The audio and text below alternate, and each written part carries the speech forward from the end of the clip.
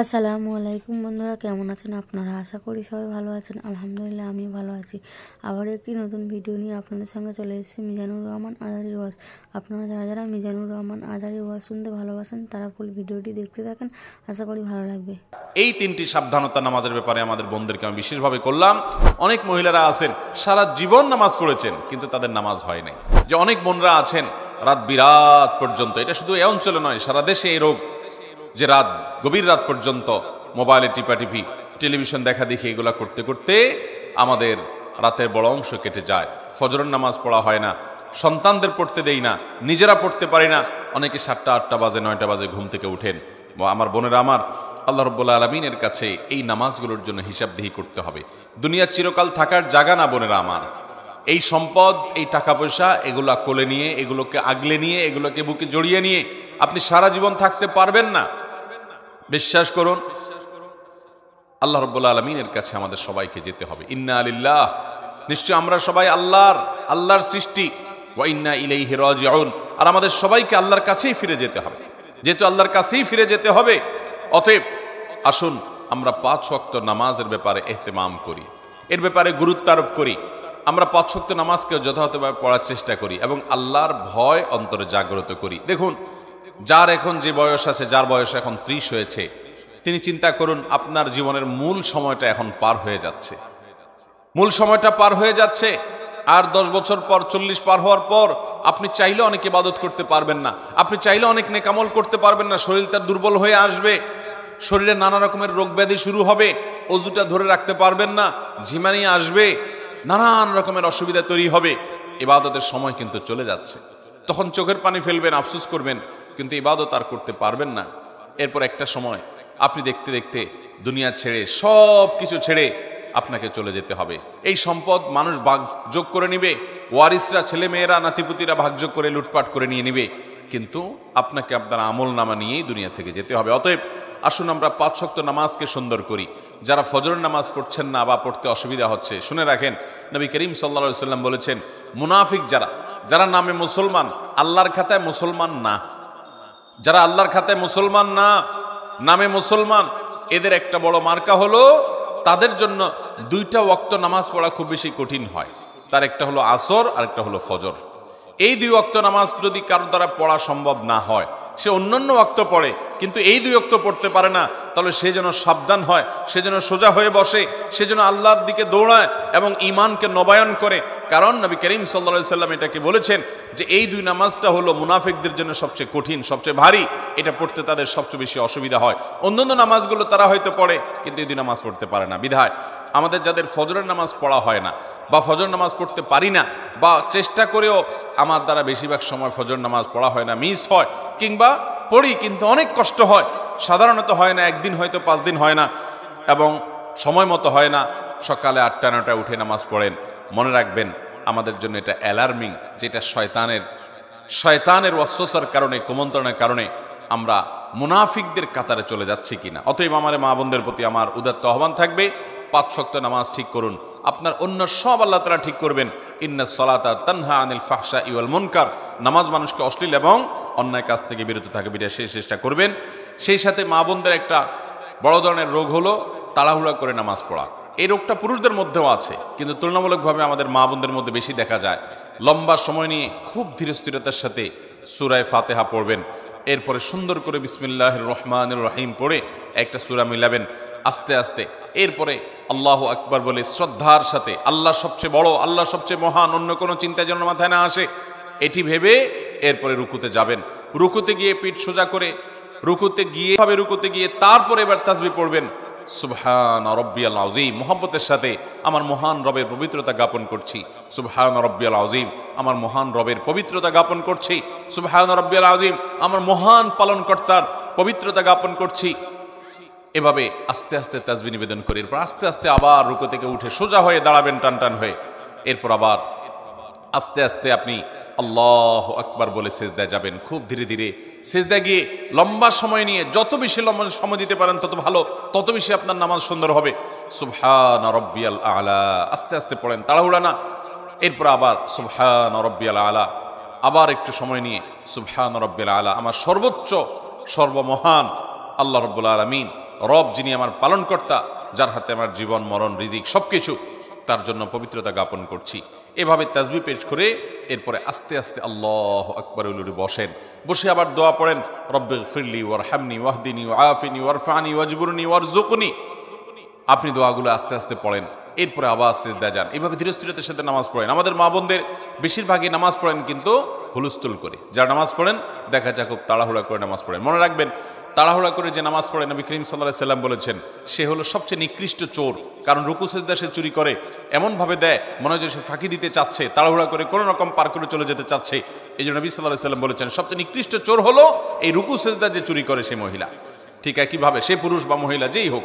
ঠিক একইভাবে কোন কোন হাদিসে আসছে যে কিছু মানুষ তাড়াহুড়া করে নামাজ পড়ে, নামাজের ভিতরে মনোযোগ নাই, দ্রুততার সাথে নামাজ শেষ করে, অন্য সব কাজ খুব ঠান্ডা মাথায়, টেলিভিশনটা খুব ধীরস্থিরতার সাথে দেখেন, হ্যাঁ, নিজের স্বামীর সাথে কথাটা খুব ঠান্ডা মাথায় করেন, আলাপ সালাপটা খুব ধীরে ধীরে করেন, অন্য সব কাজ খাওয়ার সময় খুব মজা করে রসিয়ে রসিয়ে চিবিয়ে চিবিয়ে ভালো করে খান, কিন্তু নামাজ পড়ার সময় আপনি তাড়াহুড়া করেন, আল্লাহর কাছে কি জবাবদিহি করবেন?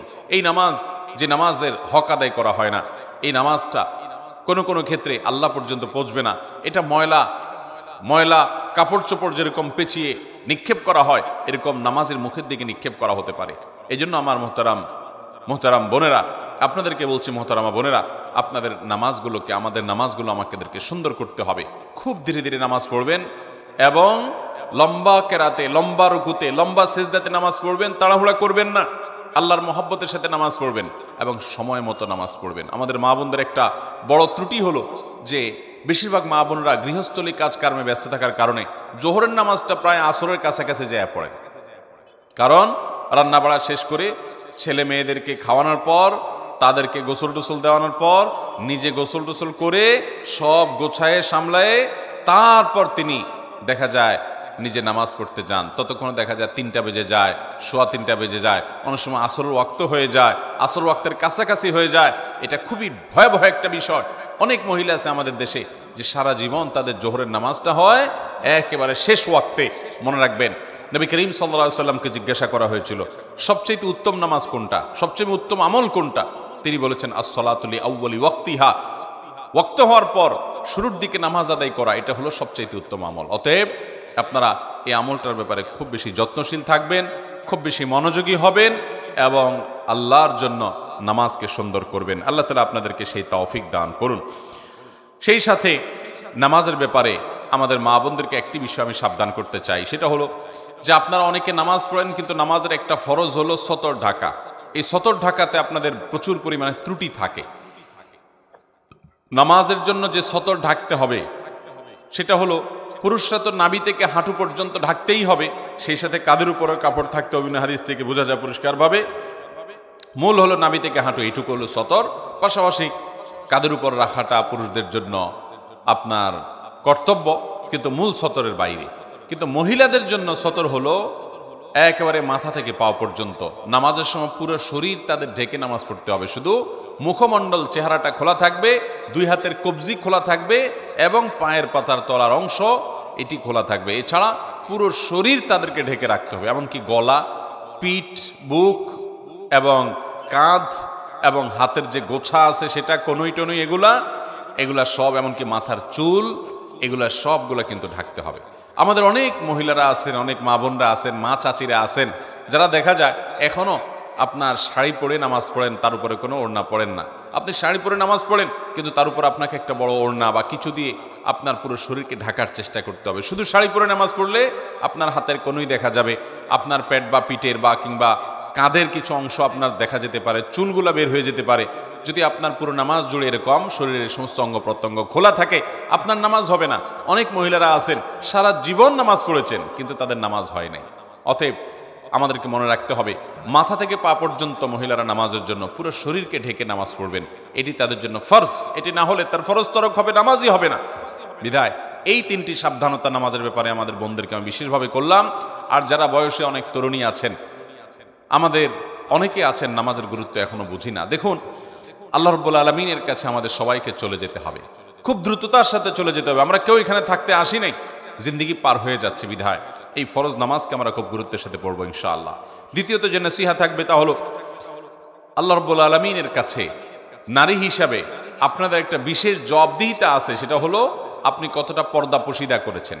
পর্দার এই বিধানটাকে আল্লাহ তাআলা ফরজ করেছেন। সূরা নূর বেশি বেশি করে পড়বেন, সূরা আহজাব বেশি বেশি করে পড়বেন। এই দুই সূরাতে পর্দার বিধানগুলো আল্লাহ তাআলা বিস্তারিত পুঙ্খানুপুঙ্খ আলোচনা করেছেন। আমাদের মা বোনদের জন্য এক্সট্রা একটা ফরজ আছে, যেটা পুরুষদের জন্য নাই, সেটা হলো নিজের সৌন্দর্যকে পরপুরুষের সামনে প্রকাশ করা যাবে না, এটা ঢেকে তাদেরকে চলতে হবে। পুরুষদের জন্য যে নির্দেশ আছে এই সংশ্লিষ্ট, সেটা হলো তারা চোখের হেফাজত করবে, চোখকে অবনত করবে। কিন্তু মা বোনদের জন্য নির্দেশ হলো তারা নিজেদের এই সৌন্দর্য, আল্লাহর দেয়া সৌন্দর্য অর্থাৎ পুরো শরীরকে তারা ঢেকে ঢুকে রাখবে। নবী করিম সাল্লাল্লাহু আলাইহি ওয়াসাল্লাম বলেছেন, আলমার আতু আওরা, একজন নারী পুরাটাই হলো আবৃত রাখতে হয় তার নিজেকে। যদি কোনো নারী বাসা থেকে বের হয়, ইস্তাশাফাহা শয়তান, শয়তান তার পিছে লাগে এবং তাকে দিয়ে বহু মানুষকে বিভ্রান্ত করে, ঈমান হরণ করে, তাকওয়া হরণ করে, চোখের গুনাহ করায়, মনের জেনা করায় এবং তাকে হারামের দিকে নিয়ে যায়। এজন্য মা বোনদের কর্তব্য হলো তার কারণে কোনো পরপুরুষ যেন ফিতনায় পতিত না হয়। এবং এই জন্য নবী করিম সাল্লাল্লাহু আলাইহি ওয়াসাল্লাম বলেছেন, কোনো নারী যদি সুগন্ধি ব্যবহার করে এবং সুগন্ধি ব্যবহার করে যদি বের হয়, উদ্দেশ্যই হলো যে তার এই সুগন্ধি তিনি যখন রাস্তা চলাফেরা করবেন, আশেপাশে মানুষের নাকে যাবে, পুরুষদের দৃষ্টি আকৃষ্ট হবে, তারা তার দিকে আকৃষ্ট হবে, তাকে নিয়ে কল্পনা জল্পনা করবে। এরকম যদি কোনো নারী সুগন্ধি ব্যবহার করে বের হয়, তাহলে সে জান্নাত তো দূরের কথা, জান্নাতের ঘ্রাণ পর্যন্ত পাবে না। মোহতারাম বোনেরা আমার, এই জন্য আপনাদেরকে পর্দার বিধানটা খুব ভালো করে মেনে চলতে হবে। কোনো পুরুষের সাথে আপনার যদি কথা বলার দরকার হয়, আপনি 100 বার বলবেন, কিন্তু সেটা হলো প্রয়োজন মতো। অপ্রয়োজনীয় আলাপ করা যাবে না, বেহুদা আলাপ করা যাবে না। কেমন আছেন, কি খাইছেন, অপ্রয়োজনীয় কথা বলবেন না। কোনো দরকার হলো তো আপনি কেনার দোকানদারের কাছে কথা বলতে হলো, তো আপনি কথা বলবেন। কিন্তু সেখানে আবার অনেক মা বোনরা আছেন, অন্য পুরুষের সাথে কথা বলার সময় কৃত্রিম সুরে কথা বলেন, একটু মিষ্টি সুরে কথা বলেন, একটু কোমল কণ্ঠে কথা বলেন, একটু নিজের কণ্ঠটার ভিতরে বিশেষ মাধুর্যতা এনে কথা বলার চেষ্টা করেন। কোরআনে কারিমে আল্লাহ রাব্বুল আলামিন স্পষ্ট নিষেধ করেছেন যে তোমরা যখন পরপুরুষের সাথে কথা বলার দরকার হবে, কোনো প্রয়োজনে তোমরা কথা বলবে, ফালা তাখদা'না বিল কওল, তখন তোমরা কথাকে কোমল করে বলবে না, কথার ভিতরে কোমলতা সৃষ্টি করবে না, বরং স্বাভাবিকভাবে কথা বলবে। ওয়াকুলনা কাওলাম মারুফা, স্বাভাবিক কথা বলতে হবে। আমাদের বোনরা, মায়েরা অনেকে এই পর্দার বিধানগুলোকে লঙ্ঘন করেন। সোশ্যাল মিডিয়াতে অনেক মেয়েরা আছেন, নিজেদের ছবি, উন্মুক্ত ছবি আপনারা তুলে সেটাকে আপলোড করেন, আপনার স্বামীর সাথে ছবি আপলোড করেন, আপনি নিজের ছবি আপলোড করেন, বান্ধবীরা একসাথে হয়ে আপলোড করেন। আপনি একজন প্রাপ্তবয়স্কা নারী হওয়ার পর, আপনি বয়স্ক বা প্রাপ্তবয়স্ক হওয়ার কাছাকাছি পৌঁছে গেছে আপনার মেয়ে, সেই মেয়ের ছবি তুলে আপনি ফেসবুকে আপলোড করলেন, তাহলে সেক্ষেত্রে আপনাদের ছবি দেখে যত পুরুষ চোখের জেনায় লিপ্ত হবে, তারা সবাই তো তাদের অপরাধ করবেই। আপনারা যারা নিজেদের ছবি আপলোড করেছেন, আপনি শুধুমাত্র এই ছবি আপলোড করে যত মানুষ চোখের জেনা করছে, তাদের সবার সমপরিমাণ গুনাহের ভাগীদার আপনাকে হতে হবে। ঠিক একইভাবে দেখা যাবে এই ছবি আপনি আপলোড করার পর আপনার এখান থেকে কতজন কপি করে নিয়ে গেছে, কত বাজে বাজে জায়গায় ব্যবহার করেছে, কত পুরুষরা সেটা দেখছে, কতজন এটা দেখে আপনাকে নিয়ে মনে মনে জেনা করছে, এর সবগুলোর পাপের ভাগীদার কিন্তু আপনাকে হতে হবে। একজন নারী, মুসলিম নারী, তার সম্ভ্রম, তার ইজ্জত অনেক দামি। তিনি চিন্তা করবেন আমাকে নিয়ে কেউ বাজে চিন্তা করতে পারে, এমন কোনো জায়গায় আমি নিজেকে উপস্থাপন করব না। আপনি যখন আপনার ছবিকে ফেসবুকে ছেড়ে দিবেন, টুইটারে ছেড়ে দিবেন, অনেক বোনরা আছেন যে আজকাল দেখা যায় টিকটকে নিজেদের ভিডিও ছেড়ে দেন, ফেসবুকে নিজেদের ভিডিও ছবি ছেড়ে দেন, নিজেদের ব্যক্তিগত পারিবারিক বিষয়াবলীগুলোকে ছেড়ে দেন। আপনার শরীর, আপনার শরীরের সৌন্দর্য, এটা আপনি যারা পরপুরুষ তাদের সামনে আপনি দেখার সুযোগ করে দিয়েছেন, এটা আপনার আত্মসম্মান বোধ পরিপন্থী যে আপনাকে নিয়ে বাজে জল্পনা করার সুযোগ আপনি করেছেন। এবং বাজে জল্পনা যে আপনাকে নিয়ে হবে এই ব্যাপারে কোনো সন্দেহ নাই, কারণ আল্লাহ তাআলা সৃষ্টি করেছেন এরকম যে নারীদের প্রতি পুরুষদেরকে আকৃষ্ট করেছেন। অতএব আকৃষ্ট হওয়ার প্রবণতা পুরুষদের মধ্যে আছে, এই জন্য পুরুষরা তাদের চোখকে হেফাজত করবে, আর মা বোন তাদের ইজ্জত এবং সম্ভ্রমকে রক্ষা করার জন্য তাদের ব্যক্তিত্ব এবং আত্মসম্মান বোধের জায়গা থেকে তারা পর্দার বিধান মেনে চলবেন। পর্দা করা ফরজ মেয়েদের জন্য। এই ফরজ বিধান না মানার কারণে অনেক বোনরা জাহান্নামে যাবে। নবী করিম সাল্লাল্লাহু আলাইহি সাল্লাম নারীদের জন্য যে শর্ট সিলেবাস দিয়েছেন, 4টি কাজ করার মাধ্যমে নারীরা জান্নাতি হতে পারেন, তার ভিতরে একটি কাজ হলো যে ও হাফিজাত ফরজাহা, কোন নারী যদি তার সম্ভ্রমকে, ইজ্জতকে হেফাজত করেন। আজকাল অনেক বোনরা আছেন, এখানে আমাদের অনেক তরুণী মেয়েরা আছেন যারা ফেসবুকে ছেলেদেরকে ফ্রেন্ড লিস্টে ঢুকান। ফেসবুকে আপনাদের শত শত ছেলে বন্ধু আছে তথাকথিত, এটা শয়তানের সবচেয়ে বড় অস্ত্র। আপনি এই ছেলে বন্ধুদের সাথে তাদের ফেসবুকে, তাদের আইডিতে গিয়ে কমেন্ট করেন, তাদের আইডিতে তাদের পোস্টে আপনি লাইক করেন, তারা আপনার এখানে লাইক কমেন্ট করে, এবং দেখা যায় মাঝে মধ্যে একটু রসিকতা সুলভ কথা হয়। প্রথমে হয়তো দরকারি কথা হয়, এরপর আস্তে আস্তে রসিকতা সুলভ কথা হয়, এরপর আস্তে আস্তে মনের অজান্তে আপনি হয়তো জেনার দিকে চলে যাচ্ছেন। সরাসরি জেনায় হয়তো প্রথমে যাবেন না, জল্পনা কল্পনার জেনা শুরু হয়, এরপর আস্তে আস্তে মূল জেনার দিকে মানুষ চলে যায়। মূল জেনার দিকে যদি নাও যায়, শুধু জল্পনা কল্পনা করার কারণে আপনার আল্লাহর কাছে জেনার গুনাহ আপনার আমলনামায় লেখা হবে। অনেক বোনরা আছেন যারা এই কাজগুলো করেন, অনেক ভাইরা আছেন। এটা যেহেতু বোনদের মজলিস এবং মেয়েরা আমাদের কথা শুনছেন, সেজন্য আপনাদেরকে বলছি, আল্লাহরও আস্তে আল্লাহ আপনাকে একটা আত্মমর্যাদা দিয়েছে। আপনি মুসলিম নারী, আপনি সম্ভ্রান্ত, আপনি রাস্তার বেহায়া নারীর মতো নন। আপনি একজন সম্ভ্রান্ত, আপনার ইজ্জত এবং সম্মান আছে। আপনার ফেসবুক ফ্রেন্ড লিস্টে যদি আপনার অন্য ছেলেদেরকে, পরপুরুষদেরকে আপনি ইনক্লুড করেন, তাদেরকে যদি অ্যাড করেন, এবং তাদের সাথে আপনি ইনবক্সে গিয়ে যদি আলাপ সালাপ জুড়ায় দেন, এবং দরকারি আলাপ থেকে বেদরকারি আলাপের দিকে চলে যান, কমেন্ট বক্সে যদি তথ্য আপনার কমেন্ট আদান প্রদান করেন, ফিতনার দুয়ারকে উন্মুক্ত করেন, তাহলে সেক্ষেত্রে মনে রাখবেন, আপনার এই আইডি থেকে, আপনার এই কমেন্ট থেকে ওই পুরুষ ফিতনায় পতিত হলে, আপনি নিজে পতিত হলে, অন্যরা ফিতনায় পতিত হলে, এর পুরো দায়ভার আপনাকে বহন করতে হবে। এই জন্য মায়েরা, আপনাদের নিজেদের সম্ভ্রমকে বাঁচানোর জন্য সংগ্রাম করতে হবে, প্রতিজ্ঞা করতে হবে।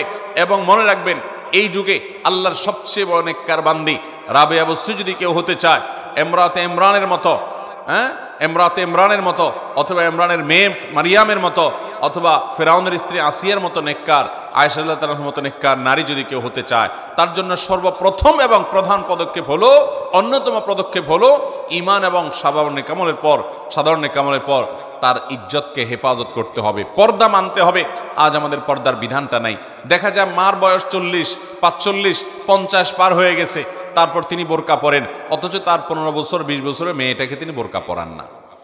যে মেয়েকে বোরকা পরানো বেশি দরকার, সে যুবতী, তাকে দেখে মানুষের মনে জেনা এবং বাজে চিন্তা আসতে পারে, এই মেয়েকে নিয়ে বাজে কল্পনা করতে পারে।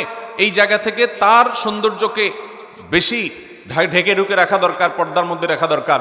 সেটা না করে মা নিজে পর্দা করেন, মেয়েকে বেপর্দার সাথে স্কুলে পাঠান, কলেজে পাঠান, বাজারে পাঠান, বাহিরে যেতে দেন, অন্য ছেলেদের সাথে কথাবার্তা বলতে দেন, আড্ডা মারতে দেন, এবং গুনাহে লিপ্ত হওয়ার ক্ষেত্রে পথ সুগম করে দেন।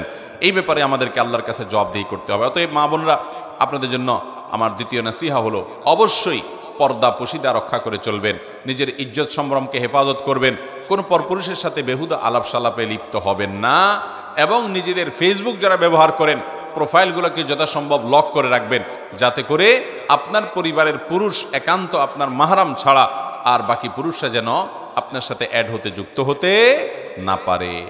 তৃতীয় যে নসিহত থাকবে তা হলো স্বামীর আনুগত্য করা। আজকাল আমাদের মা বোনদের জন্য এটা কঠিন হয়ে গেছে। অনেক মহিলারা আছেন, নামাজও পড়তে রাজি আছে, পর্দা করতেও রাজি আছে, কিন্তু স্বামীর কথা মানতে রাজি না। এবং শয়তান আমাদেরকে এই জায়গাতে, আমাদের মা বোনদের সবচাইতে বেশি ধোঁকা দিয়ে থাকে।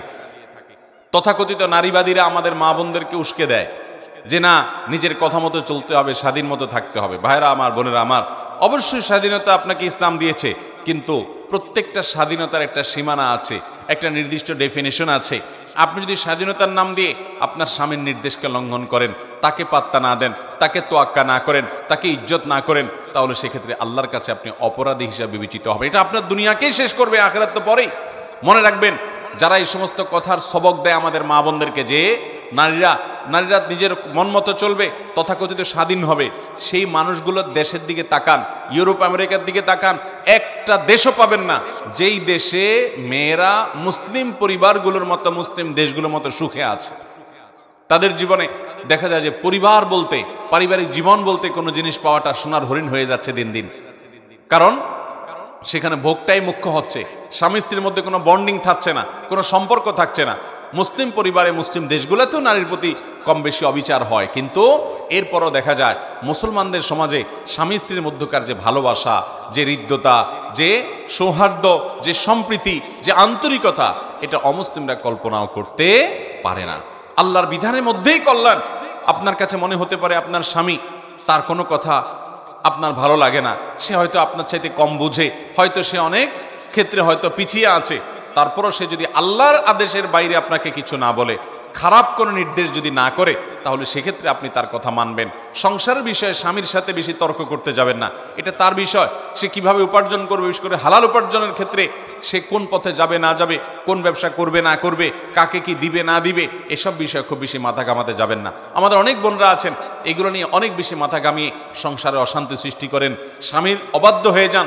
মনে রাখবেন, মুসলিম নারীর জন্য আল্লাহর তরফ থেকে অনেক বড় একটা পরীক্ষার বিষয় হলো যে আপনার স্বামীকে আপনি কতটা মানতে পারলেন।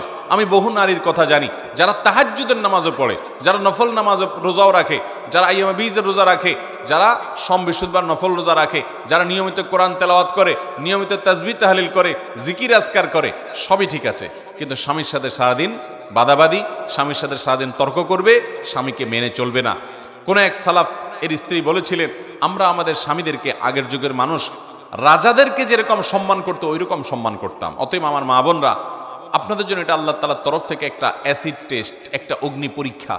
আপনারা অবশ্যই আপনাদের স্বামীদেরকে মেনে চলবেন। স্বামীদের অবশ্য কর্তব্য স্ত্রীর সাথে সর্বোচ্চ সুন্দর আচরণ করবে, কারণ নবীজি সাল্লাল্লাহু আলাইহি সাল্লাম বলেছেন, তোমাদের মধ্যে স্ত্রীদের কাছে যে যত বেশি ভালো সে আসলেই ভালো এবং আল্লাহর কাছে ভালো। এজন্য স্ত্রীর সাথে সুন্দর আচরণ করে ভালো থাকার চেষ্টা করবে পুরুষরা, কিন্তু নারীরা তাদের স্বামীদের সামনে নিজেকে অনুগত হিসাবে, এবং স্বামীদের একান্ত অনুগত মানুষ হিসাবে উপস্থাপন করবেন। কারণ নবী করিম সাল্লাল্লাহু আলাইহি ওয়াসাল্লাম ওই যে শর্ট সিলেবাসে নারীদের 4 কাজে জান্নাতের কথা বলেছেন, অফার করেছেন, এর ভিতরে একটা হলো আতাআত যাওজাহা, যে নারী তার স্বামীর কথা শুনে, স্বামীর সাথে কুতর্ক করে না, ঝগড়াঝাটি করে না, বেয়াদবি করে না এবং তেড়ামি করে না, বরং যথাসম্ভব স্বামীকে ইজ্জত করে, সম্ভ্রম করে। আপনি আপনার কোন রাজাকে যেরকম সম্মান করেন, তার কথাকে যেরকম শ্রদ্ধা করেন স্বামীর সাথে, সেই আচরণটা থাকতে হবে। এই একটি জায়গাতে ত্রুটির কারণে, এই একটি জায়গায় গাফিলতির কারণে, বিচ্ছুরিতার কারণে শত শত হাজার হাজার পর্দানুসীন, কোরআন তেলাওয়াতকারী, জিকির আজকারকারী, ইবাদত গুজার নারীরা ধরা খেয়ে যাবে এবং আল্লাহর পাকড়ার মধ্যে যাবে। আমি আজকের এই নারী সম্মেলনে আমাদের মা বোনদেরকে উদাত্ত আহ্বান করব, আসুন এই চ্যালেঞ্জটা গ্রহণ করি যে আমরা আমাদের স্বামীদেরকে সর্বোচ্চ শ্রদ্ধা করব এবং মেনে চলব। এটি আজ আমাদের মা বোনদের থেকে প্রায় হারিয়ে গেছে। আল্লাহ তাআলা আমাদেরকে আমলের তৌফিক দান করুন। 4 নম্বর যে নসিহত করব তা হলো, আমাদের সন্তানরা আমাদের উপরে আমানত, আমাদের কাছে আমানত। নবী করিম সাল্লাল্লাহু আলাইহি সাল্লাম বলেছেন, কুল্লু মাউলুদিন ইউলাদু আলাল ফিতরাহ, প্রতিটা পরিবারের ছোট ছোট শিশু যারা দুনিয়াতে আসে, এরা সবাই মুসলমান হয়ে জন্মগ্রহণ করে, মায়ের গর্ভ থেকে তারা ভালো মানুষ হয়ে আসে। ইল্লা আন্না আবওয়াহু ইউহাউদানিহি আও ইউনাসরানিহি আও ইউমাজ্জিসানিহি, তবে এই বাচ্চাগুলোর মা, তার বাবা, তারা এই বাচ্চাগুলোকে খ্রিস্টান বানায়, ইয়াহুদি বানায়, বেঈমান করে দেয় এবং ঈমান হারা করে ফেলে। বিধা আমাদের সন্তানরা আল্লাহর কাছে তাদের ব্যাপারে আমরা জিজ্ঞাসিত হব। আল্লাহ রাসূল সাল্লাল্লাহু আলাইহি ওয়াসাল্লাম বলেছেন, আল্লাহ কুল্লুকুম রাইন ওয়া কুল্লুকুম মাসউলুন আন রাইয়াতিহি, তোমাদের প্রত্যেকেই দায়িত্বশীল, তোমাদের সবাইকে অধীনস্থদের সম্পর্কে জিজ্ঞাসাবাদ করা হবে। একজন নারী, তিনি স্বামীর ঘরের ব্যাপারে দায়িত্বশীল, কিভাবে এটা দেখভাল করলেন, স্বামীর টাকা পয়সার আমানতদারিতা রক্ষা করলেন কিনা, স্বামীর অগোচরে নিজের ইজ্জত সম্ভ্রমকে হেফাজত করলেন কিনা, সন্তানদেরকে সঠিকভাবে লালন পালন করলেন কিনা, এই জন্য তাকে অবশ্যই আল্লাহর কাছে জবাবদিহি করতে হবে। এই জন্য আমাদের মা বোনদেরকে আমি বলবো, বিশেষভাবে আপনাদের সন্তানদের প্রতি আপনারা যত্ন নিন।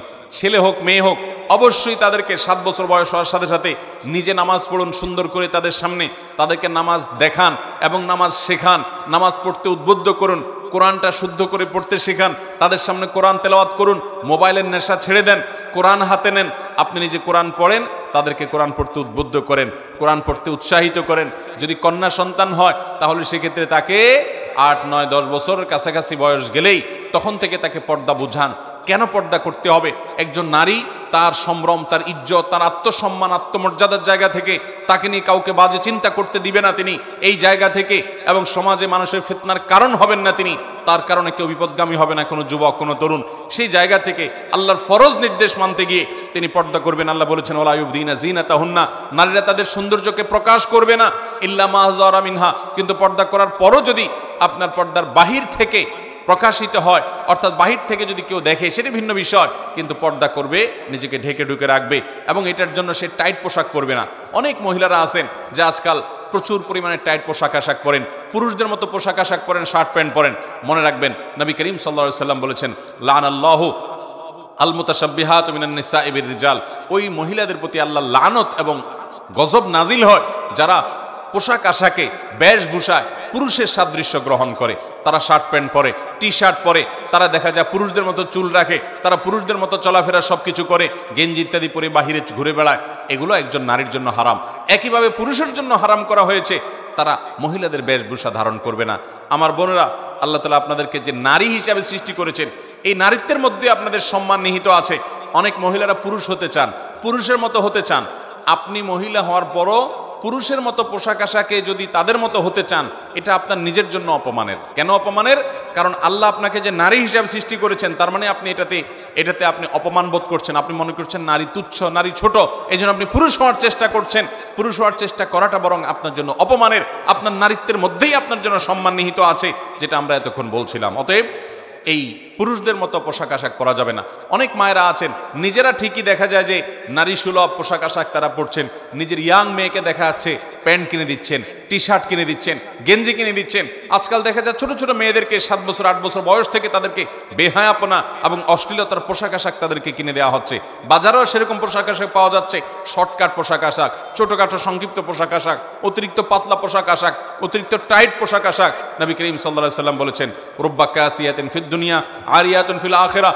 বহু নারী দুনিয়াতে, রুব্বা কাসিয়াতুন আরিয়াত, বহু নারী আছে পোশাক পরে থাকে, কিন্তু পোশাক পরেও বিবস্ত্র পোশাকহীন এবং নিউলঙ্গ মানুষের যে অপরাধ, যে পাপ, সে অপরাধে অপরাধী হয় পোশাক পরার পরও। কারণ তাদের সে পোশাকটা এত পাতলা যে শরীরের ভেতরের অংশ দেখা যায়, এত টাইট যে তাদের শরীর বিভিন্ন অঙ্গ প্রত্যঙ্গ ফুটে ওঠে। এই জন্য ঢিলা ঢালা পোশাক পরতে হবে। এবং আপনারা নিজেরা শখ করে যে সমস্ত পোশাক আশাক পরবেন, সেগুলো আপনার স্বামী, আপনার বাবা, ভাই, বাসা বাড়িতে মাহরাম পুরুষরা যা থাকবে তাদের সামনে আপনি পরবেন, কিন্তু বাইরে যখন যাবেন নিজের সৌন্দর্যকে আপনি যেখানে সেখানে বিকিয়ে দিবেন না। একজন মুসলিম নারী, তার অবস্থানটা সবচেয়ে যৌক্তিক এই জায়গায়, কারণ তিনি বাহিরে যখন যান তার সৌন্দর্যকে রাস্তার পুরুষদের মধ্যে বিলান না, এটা তার পরিবারের পুরুষদের মধ্যে সীমাবদ্ধ রাখেন, এটা তার আত্মসম্মানের জায়গা। অতএব পোশাক আশাক কেনার ক্ষেত্রে এটি আমরা খেয়াল করবো। বাচ্চাদেরকে তরবিয়ত এবং লালন পালনের ক্ষেত্রে মেয়েরা যেন বাচ্চা মেয়েদেরকে যেরকম বেহায়াপনা পোশাক, অশ্লীল কোনো পোশাক, খোলামেলা পোশাক যেন আমরা না কিনে দেই। তাদেরকে আমরা হিজাব করতে শিখাই, পর্দা করতে শিখাই, সভ্যতা শিখাই, ভদ্রতা শিখাই, আল্লাহর বিধান মতো চলতে শিখাই। আল্লাহ আমাদেরকে তৌফিক দান করুন। বিশেষ করে আমরা যখন দুনিয়া থেকে চলে যাব, আমাদের সন্তানরা আমাদের সবচেয়ে বড় তারা আমাদের আল্লাহর তরফ থেকে নেয়ামত। কারণ আপনি দুনিয়া থেকে চলে যাবেন, আপনার মেয়েকে যদি আপনি কোরআন শিখায় যান, ছেলেকে যদি কোরআন শিখায় যান, তাদেরকে যদি নামাজ শিখায় যান, তাদেরকে যদি দিনদারি শিখায় যান, আল্লাহ এবং তার রাসূলের আদেশ নিষেধ শিখায় যান, এরা আবার তাদের পরবর্তী ছেলে মেয়েকে যদি শিখায়, তাহলে আপনি কিন্তু কবরে যেয়ে এই সওয়াব পেতে থাকবেন। আপনি সওয়াবের গাছ লাগাই দিলেন ছেলে মেয়েকে যদি মানুষ করে যেতে পারেন। আল্লাহ আমাদের মা বোনদেরকে তৌফিক দান করুন। 5 নম্বর যে নসিহত করব তা হলো অনর্থক এবং বেহুদা জিনিস থেকে বেঁচে থাকা। আজকাল পুরুষ বলেন, মহিলা বলেন, আমাদের বেশিরভাগ সময় নষ্ট হয় ফেসবুকে, ইউটিউবে, টিকটকে এবং মোবাইলে, হোয়াটসঅ্যাপ ইত্যাদিতে। স্মার্টফোন টিপতে টিপতে আজকে আমাদের দিন যায়, রাত যায়, নামাজ বরবাদ হয়ে যায়, আল্লাহর বিধান থেকে আমরা সরে গেছি। আল্লাহ আমাদেরকে হয়তো দুনিয়ার নেয়ামত দিয়েছেন, এর মধ্যে আমরা হাবুডুবু খেয়ে কিয়ামতের আগে মানুষ এভাবে আস্তে আস্তে ইমান হারা হবে, আমল হারা হবে, সেটি আমাদের মধ্যে শুরু হয়েছে। মা বোনদের মধ্যে অনেক আরেকটা রোগ আছে, যে বিশেষ করে এক মহিলা অন্য মহিলার সাথে হলে তৃতীয় কোনো মহিলাকে নিয়ে আমরা আলাপ সালাপ শুরু করি। অনেক সময় নিজেদের ঘরোয়া পরিবারের মধ্যে ঘরোয়া সম্পর্কগুলোর মধ্যে আমরা গীবত শেখায় শুরু করে দিই। অনেক মহিলা আছে স্বামীর কাছে শাশুড়ি এবং ননদের বদনামি করেন, আবার অনেক শাশুড়ি আছেন ছেলের কাছে বৌমার বিরুদ্ধে বদনামি করেন। অনেক মহিলা আছে নিজের জারের বদনামি করেন, অনেক মহিলা আছেন পাশের বাড়ির মহিলাকে নিয়ে বদনামি করেন, কানাঘুষা করেন, তার ব্যক্তিগত বিষয় আসক কান পেতে শোনার চেষ্টা করেন, চোখ দিয়ে দেখার চেষ্টা করেন। এই রোগগুলো প্রচুর পরিমাণে আছে। এগুলো সবগুলো কাবিরা গুনাহ, এগুলো সবগুলো হারাম। একজন ইমানদার কারোর পিছে লাগবে না। কে কি বললো না বললো তারটা সে হিসাব করবে, আমি আমার নিজের হিসাব নিয়ে ব্যস্ত থাকবো, কারোর পেছনে সমালোচনা করব না। দেখা যায় যে 2-4 জন মহিলা একসাথে হলেই শুরু হয়ে যায় গীবত, শিকায়েত, কে কি করলো না করলো, বেহুদা কাজ। নবী করিম সাল্লাল্লাহু আলাইহি ওয়াসাল্লাম বলেছেন, মিন হুসনি ইসলামিল মারই তারকু মা লা ইয়ানি। একজন মুসলমানের ইসলাম সৌন্দর্য হবে, সে ভালো মুসলমান হতে পারবে যখন সে অনর্থক কাজ পরিহার করবে, বাজে কাজ পরিহার করবে, যে কাজ অর্থহীন, যেটা দুনিয়া আখিরাতে কোনো কাজে আসবে না, সে কাজ থেকে পরিহার করবে। অতএব আমার 5 নম্বর নসিহত হলো বোনরা আপনাদের জন্য, যে আল্লাহর ওয়াস্তে আসুন, অনর্থক কাজ আমরা বন্ধ করি। মোবাইল টিপাটিপি এটাকে নিয়ন্ত্রণ করেন আল্লাহর ওয়াস্তে। ছেলে মেয়েদেরকে সময় দেন, নামাজ তেলাওয়াতের সময় দেন, কোরআন হাদিস পড়েন। এই মোবাইল টিপতে টিপতে আপনি কি পেয়েছেন? জীবনে কিচ্ছু পাবেন না, সব হারাবেন। অনেকে এই টিপাটিপির করতে করতে স্বামী হারায়, সন্তান হারায়, মানুষের ভালোবাসা হারায়, আল্লাহর প্রিয় পাত্র হওয়ার জায়গাটা হারিয়ে ফেলে এবং দেখা যায় জাহান্নামের দিকে চলে যায়। বিধায় আমরা অনর্থক কাজ করব না, মোবাইল প্রয়োজনে ব্যবহার করব, অপ্রয়োজনে ব্যবহার করব না, অহেতুক ঘন্টাকে ঘন্টা ফেসবুক ইউটিউবে ডুবে থাকবো না। আল্লাহর কাছে সময়ের জন্য জবাবদিহি করা লাগবে। সেই সাথে বউ যারা আছেন তারা শাশুড়ির, আর যারা শাশুড়ি আছেন তারা বউয়ের ব্যাপারে দায়িত্বশীল থাকবেন। কেউ কারোর প্রতি জুলুম করবেন না। আজকে যিনি পুত্রবধূ আছেন, আগামীকালকে আপনি শাশুড়ি হবেন। অতএব আপনি যেন আপনার শাশুড়ির প্রতি অবিচার না করেন, তার প্রতি জুলুম না করেন, তার প্রতি যেন ইহসান করেন, তার দিকটা খেয়াল করেন, তাকে সেবা করেন। শাশুড়ি অনেক উল্টাপাল্টা করতে পারে, শ্বশুর অনেক উল্টাপাল্টা করতে পারে না বুঝে। তারা বয়স্ক মানুষ, আগের যুগের মানুষ, আগের জেনারেশনের মানুষ, তাদের সেন্স আপনার সেন্স একরকম না। এটা বুঝে তাদেরকে ক্ষমা সুন্দর দৃষ্টিতে দেখেন। আপনি যখন শ্বশুর শাশুড়ি হবেন তখন আপনার ছেলে মেয়েরা অনেক স্মার্ট হবে, তারা অনেক আপ টু ডেট হবে, আপডেটেড হবে, তাদের কাছে আপনার অনেক অবস্থানটা অযৌক্তিক মনে হবে। তো এই কারণে শাশুড়িদের শ্বশুরদের অনেক উল্টাপাল্টা আছে, এই সবগুলোকে নিয়ে বিচার এবং সালিশ দরবার করতে যাবেন না, স্বামীর কান গরম করতে যাবেন না, দেখেও না দেখার ভান করবেন, সবর করবেন। মনে রাখবেন সবরকারীকে আল্লাহ তাআলা বিনা হিসাবে আল্লাহ তাআলা জান্নাত দিবেন এবং পুরস্কার দিবেন। ইন্নামা ইউওয়াফাস সাবিরুনা আজরাহুম বিগাইরি হিসাব। আল্লাহ বলেছেন ধৈর্যশীলদেরকে আল্লাহ তাআলা হিসাব ছাড়া প্রতিদান দিবেন। অতএব শ্বশুর শাশুড়ির এই সমস্ত বিষয়গুলোকে সবর করবেন এবং মনে রাখবেন শাশুড়ি তিনি তো আপনার আপন মা না। আপনার আপন মার মতো ওইরকম বড় মন বড় কলিজা হয়তো হবে না, অনেক ভুলভাল হবে। তারপরেও উনি হয়তো আপনার কোনো দেবরের দিকে বেশি টানে, আপনার কোনো ননদের দিকে বেশি টানে, হয়তো আপনার স্বামীর দিকে একটু কম টানে, আপনার মনে হতে পারে। তারপরেও এটা তার জন্য ওজোর হিসাবে রাখেন যে বুড়া মানুষ না বুঝে অনেক কিছু করে, ওনারটা উনি বুঝবে। আমি আমার জায়গা থেকে আমার দায়িত্ব আদায় করব, তারা মুরব্বী হিসাবে তাদের সেবা করা, তাদের প্রতি আন্তরিকতা দেখানো, তাদের পাশে দাঁড়ানো, তাদের খেদমত করা। মনে রাখবেন ইমানদার স্যাক্রিফাইস করবে, অতিরিক্ত অধিকার সচেতন হয়ে সে নিজের কর্তব্য সচেতনতার ব্যাপারে যেন গাফেল না হয়। নিজের দায়িত্ব সচেতনতা বেশি হতে হবে অধিকার সচেতনতার চাইতে। অতএব আমি কি পেলাম এর চাইতে বড় কথা হলো আমার করণীয় আমি কি করলাম, এটা হলো একজন ইমানদারের গুণ হবে। ঠিক একইভাবে একজন শাশুড়ি তিনি তার বৌমার ব্যাপারে এরকম আন্তরিকতা দেখাবেন যে আমার নিজের মেয়ের মতো সে তো আপন হবে না, সে তো পরের ঘর থেকে আসছে, নিজের বাবা মাকে ফেলে রেখে, ভাই বোনকে ফেলে রেখে, নিজের সংসার ফেলে রেখে আজীবনের জন্য আমার বাড়িতে চলে আসছে। এটাই তো তার অনেক বড় ত্যাগ। তার প্রতি আন্তরিকতা দেখাতে হবে, স্নেহ মমতা দিয়ে তাকে বড় করতে হবে। তার কিছু হলেই ছেলের কান গরম করা যাবে না, এটা নিয়ে দরবার বসানো যাবে না, বিচার বসানো যাবে না। যথাসম্ভব ছাড় দিতে হবে, ধৈর্য ধারণ করতে হবে। আল্লাহ তাআলা আমাদের মা বোনদেরকে একজন জান্নাতি নারীর যে গুণাবলী, একজন ভালো নারীর যে গুণাবলী, কোরআন যে সূরা তাহরিমের মধ্যে দুজন নারীর দৃষ্টান্ত দিয়েছেন, ইমানদার নারী, একজন হলেন ফেরাউনের স্ত্রী আসিয়া, আরেকজন হলেন ইমরানের মেয়ে মারিয়াম, ঈসা ইসলামের মা মারিয়াম। এই দুইজন নারীর মতো উত্তম গুণাবলী অর্জন করা এবং নবী করিম সাল্লাল্লাহু আলাইহি সাল্লামের পত্নীগণ, বিশেষ করে আম্মা জান আয়েশা রাদিয়াল্লাহু তাআলা আনহার মতো, ফাতেমা রাদিয়াল্লাহু তাআলা আনহার মতো, আরও অন্যান্য মুসলিম দৃষ্টান্ত হওয়া নারীদের মতো আমাদের মা বোনদেরকে হওয়ার তৌফিক দান করেন। এবং সেই সাথে লূত আলাইহিস সালামের স্ত্রী এবং আল্লাহ নবী নূহ আলাইহিস সালামের স্ত্রীর মতো আল্লাহর অবাধ্য, ফাসেকা এবং চরিত্রহীনা কিংবা তলে তলে জেনার গুনাহে লিপ্ত, পরকীয়াতে লিপ্ত, অন্য পুরুষদের সাথে আসক্ত, তাদের প্রতি আসক্ত এবং গুনাহে লিপ্ত এবং আল্লাহর অবাধ্য হওয়া, বেপরদিগি থেকে আল্লাহ তাআলা আমাদের মা বোনদেরকে হেফাজত করুন। এবং এই মসজিদ থেকে আমরা ভালো কিছু শিখে গিয়ে আমাদের জীবনকে যেন পরিবর্তন করতে পারি, সেই তৌফিক আমাদের সবাইকে আল্লাহ তাআলা দান করুন। ওয়া আখিরু দাওয়ানা আলহামদুলিল্লাহি রাব্বিল আলামিন।